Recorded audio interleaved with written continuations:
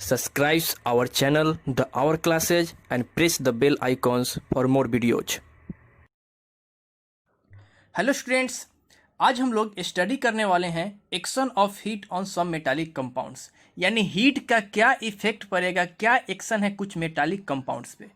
यानी एक तरह का हम लोग आज पढ़ेंगे thermal decomposition reaction of some metallic compound, जो कि बहुत ही ज़्यादा इम्पॉर्टेंट है। जिसमें सबसे पहला है action of heat on carbonates of metal, यानी मेटल कार्बोनेट्स पे हीट का क्या इफेक्ट पड़ता है। तो अगर हम लोग बात करें जनरली, जब हम लोग मेटल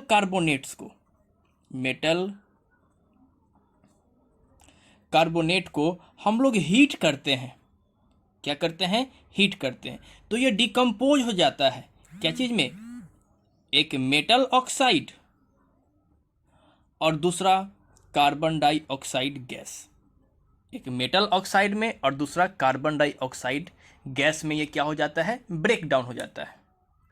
जैसे कि अगर एग्जाम्पल्स हम लोग समझे कि जो हाईली रिएक्टिव एलिमेंट्स होते हैं, यानी जो मेटल होते हैं हाईली रिएक्टिव, जैसे पोटेशियम और सोडियम।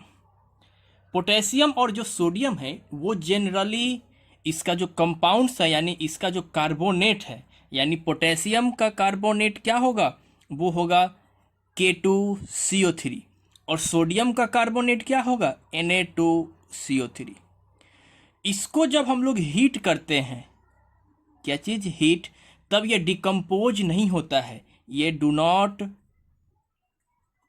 डिकम्पोज। यानी हाईली रिएक्टिव मेटल्स के कार्बोनेट K2CO3 Na2CO3 को जब हम लोग हीट करेंगे तो ये डिकम्पोज नहीं होगा। ये पहला याद रखना है। दो ही एक्सेप्शन है जो कि डिकम्पोज नहीं होगा, कौन कौन, पोटेशियम और सोडियम के कार्बोनेट।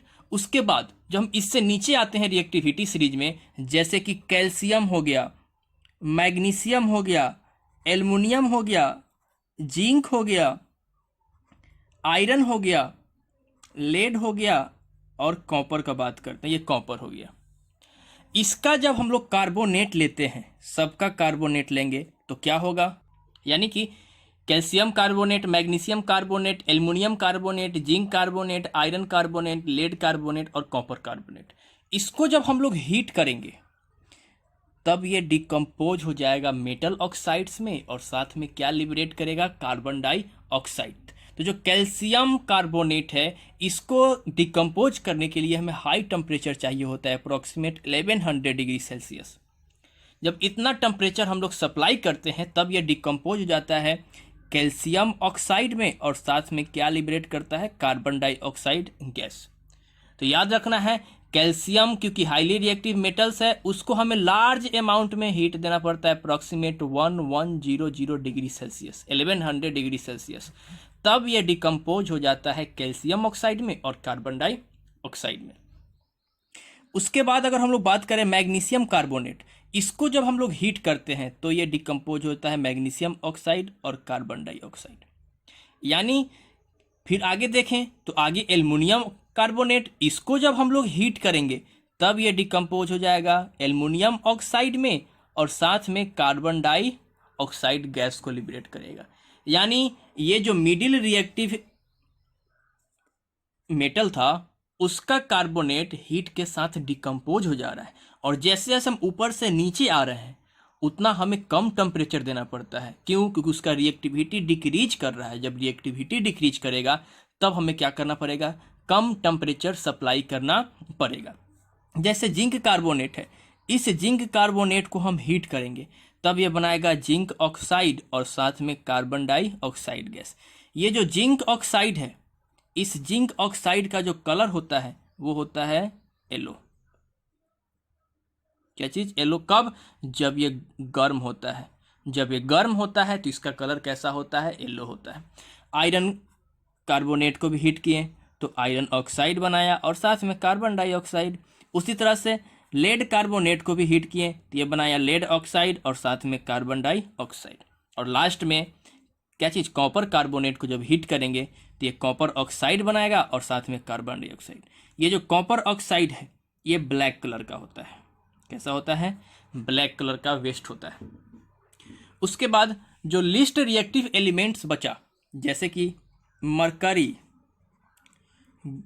सिल्वर और गोल्ड, इसका जो कार्बोनेट होगा यानी इस तीनों का कार्बोनेट यानी मरकरी कार्बोनेट HgCO3, उसके बाद में सिल्वर कार्बोनेट और गोल्ड कार्बोनेट, इसके कार्बोनेट को जब हम लोग हीट करते हैं तो इसमें ध्यान देना है, तो ये क्या करता है, ये ऑक्साइड ना फॉर्म करके करस्पॉन्डिंग मेटल को फॉर्म करता है। यानी इसमें ऑक्साइड था मेटल का, इसमें मेटल को ही क्या करेगा, फॉर्म करेगा। क्यों फॉर्म करेगा, क्योंकि ये लेस रिएक्टिव है, ये सडनली जब इसको हीट करते हैं तो यहाँ से डायरेक्ट मेटल निकलता है। जैसे मरकरी कार्बोनेट को हम लोग हीट करेंगे तो ये मरकरी फॉर्म करेगा, साथ में कार्बन डाइऑक्साइड और साथ में ऑक्सीजन को भी फॉर्म करेगा। ये याद रखना, ये इंपॉर्टेंट है, ये लिस्ट वाला इंपॉर्टेंट है। क्या, जब मरकरी कार्बोनेट को जब हम लोग हीट करते हैं तो ये फॉर्म होता है मरकरी, कार्बन डाइऑक्साइड और क्या चीज़, ऑक्सीजन। उसी तरह से सिल्वर कार्बोनेट को जब हम लोग हीट करेंगे तो ये फॉर्म करेगा सिल्वर, कार्बन डाइऑक्साइड और फिर ऑक्सीजन गैस। क्या चीज़, सिल्वर, कार्बन डाइऑक्साइड और ऑक्सीजन गैस। उसी तरह से गोल्ड कार्बोनेट को जब हम लोग हीट करेंगे तो ये फॉर्म करेगा गोल्ड को, कार्बन डाइऑक्साइड को और साथ में क्या चीज़, ऑक्सीजन गैस। यानी याद रखना है कि लीस्ट रिएक्टिव के कार्बोनेट को हीट करेंगे तो ये फॉर्म करेगा करस्पॉन्डिंग मेटल्स, फिर कार्बन डाइऑक्साइड और ऑक्सीजन गैस फॉर्म करता है। अगला है action of heat on nitrates of metal, यानी मेटल के नाइट्रेट पे हीट का क्या इफेक्ट है। यानी जो मेटल नाइट्रेट्स है उसको अगर हम लोग हीट करते हैं, यानी क्या चीज़, मेटालिक नाइट्रेट्स को अगर हम लोग हीट करते हैं तो ये डिकम्पोज जाता है मेटालिक ऑक्साइड में, साथ में नाइट्रोजन डाइऑक्साइड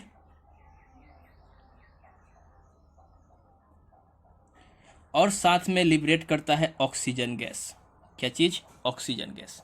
तो इस केस में तीन चीज़ याद रखना है, तीन चीज़ इसमें फॉर्म होता है। कब, जब मेटालिक नाइट्रेट को हीट करते हैं तो मेटालिक ऑक्साइड बनता है, फिर नाइट्रोजन डाइऑक्साइड और ऑक्सीजन गैस, ये तीन प्रोडक्ट फॉर्म होता है।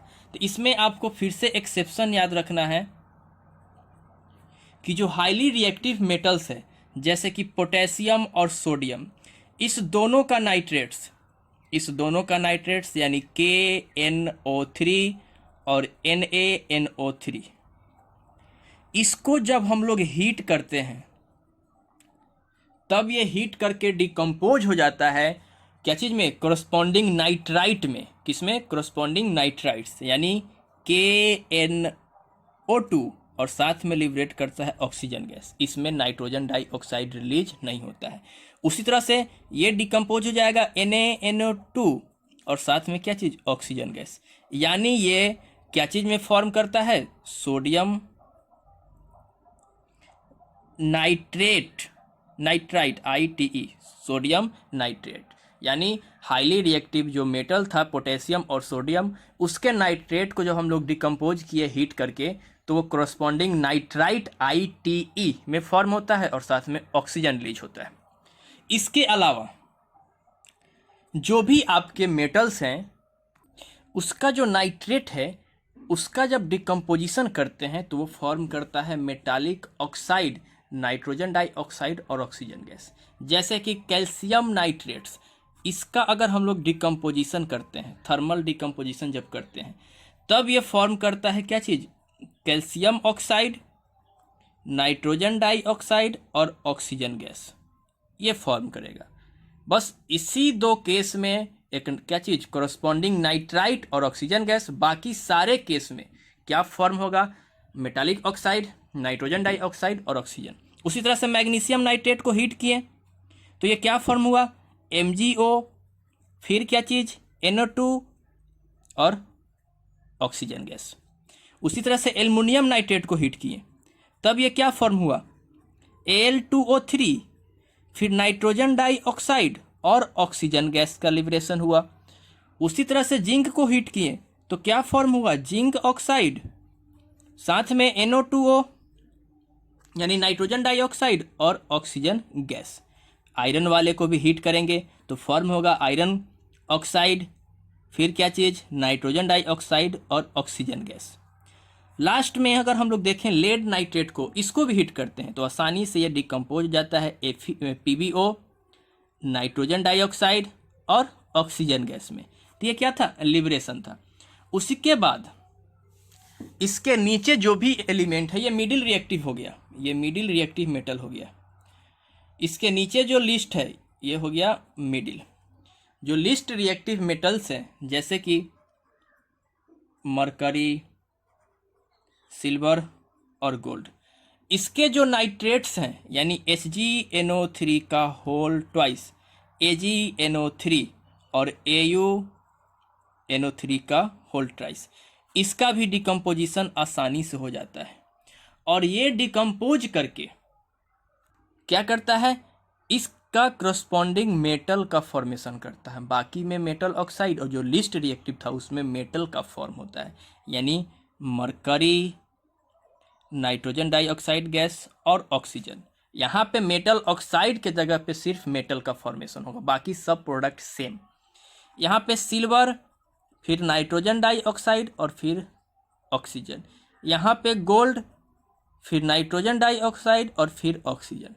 तो मिडिल वाले में याद रखना है मेटल ऑक्साइड्स, और जो लिस्ट वाला है यानी जो लिस्ट रिएक्टिव है उसमें मेटल करस्पॉन्डिंग्स और साथ में नाइट्रोजन डाइऑक्साइड और क्या चीज़, ऑक्सीजन। तीसरा है hydro oxides and sulphate of metals placed higher in the reactivity series are stable of heat. यानी जो हाईली रिएक्टिव मेटल का हाइड्रो ऑक्साइड्स और सल्फेट है वो जनरली हीट के साथ डिकम्पोज नहीं होता है। जैसे कि अगर हम लोग बात करें potassium hydro oxide, sodium hydro oxide, calcium hydro oxide, ये हाईली रिएक्टिव मेटल्स, इसके हाइड्रो ऑक्साइड को अगर हम लोग हीट से डिकम्पोज करने का कोशिश करें तो ये डिकम्पोज नहीं होगा, यानी डू नॉट डिकम्पोज, ये डिकम्पोज नहीं होगा। उसी तरह से इस हाईली रिएक्टिव मेटल के सल्फेट को भी डिकम्पोज करेंगे तो डिकम्पोज नहीं होगा। जैसे K2SO4, Na2SO4, CaSO4, इसको अगर हम लोग हीट करते हैं तो ये डिकम्पोज नहीं होगा, यानी डू नॉट डिकम्पोज। तो हाईली रिएक्टिव्स जितने भी आपके हाइड्रो ऑक्साइड्स और सल्फेट हैं मेटल के, उसको हीट के साथ अगर हम डिकम्पोज करें तो वो डिकम्पोज नहीं होगा। लेकिन जो लिस्ट रिएक्टिव है, जो लिस्ट रिएक्टिव मेटल्स है यानी कि रिएक्टिविटी सीरीज में जो नीचे की तरफ है, यानी कौन सा, लिस्ट रिएक्टिव मेटल्स, यानी लिस्ट रिएक्टिव मेटल्स का जो भी हाइड्रो ऑक्साइड है और जो भी सल्फेट है उसको अगर हीट करते हैं तो वो डिकम्पोज हो जाता है। यानी क्या चीज़ कि जैसे अगर हम लोग बात करें एग्जाम्पल से तो CuOH का होल ट्वाइस, AgOH, ये क्या है, लिस्ट रिएक्टिव मेटल्स का हाइड्रो ऑक्साइड्स। इसको अगर हम लोग हीट करते हैं तो ये करस्पॉन्डिंग ऑक्साइड्स में ब्रेक करता है और साथ में वाटर का भी फॉर्मेशन होता है। यानी क्या चीज़ फॉर्म करेगा, CuO, कॉपर ऑक्साइड, और साथ में क्या चीज़, वाटर। उसी तरह से अगर इसको हीट करते हैं तो ये क्या फॉर्म करता है, Ag2O, और साथ में फॉर्म करता है क्या चीज़, वाटर। तो यहाँ पे लिस्ट रिएक्टिव का हाइड्रो ऑक्साइड्स और सल्फेट का डिकम्पोजिशन होता है और वो क्या फॉर्म करता है, करस्पॉन्डिंग ऑक्साइड्स और साथ में वाटर। उसी तरह से अगर हम लोग इसका सल्फेट ले, CuSO4, कॉपर सल्फेट, या फिर Ag2SO4, इसको अगर हम लोग हीट करते हैं तब ये ब्रेक होता है करस्पॉन्डिंग ऑक्साइड्स में, साथ में सल्फर डाइऑक्साइड और साथ में सल्फर ट्राइऑक्साइड में, यानी CuO। तो यहाँ पे क्या फॉर्म होगा, AgSO4 में, Ag2SO4 में कि Ag2O और साथ में SO2 और SO3। यहाँ पे ध्यान देना है, लिस्ट रिएक्टिव के सल्फेट को जब हम लोग डिकम्पोज करते हैं बाय हीट तो वो मेटालिक ऑक्साइड फॉर्म करता है और साथ में सल्फर डाइऑक्साइड और सल्फर ट्राइऑक्साइड का भी फॉर्मेशन होता है। तो ये था क्या चीज़, hydro oxides of sulphate and metals. तो यहाँ पे हम लोग कुछ कंपाउंड्स का थर्मल डिकम्पोजिशन देखें, यानी हीट का एक्शन देखें कि वो हीट के साथ कैसे डिकम्पोज हो रहा है।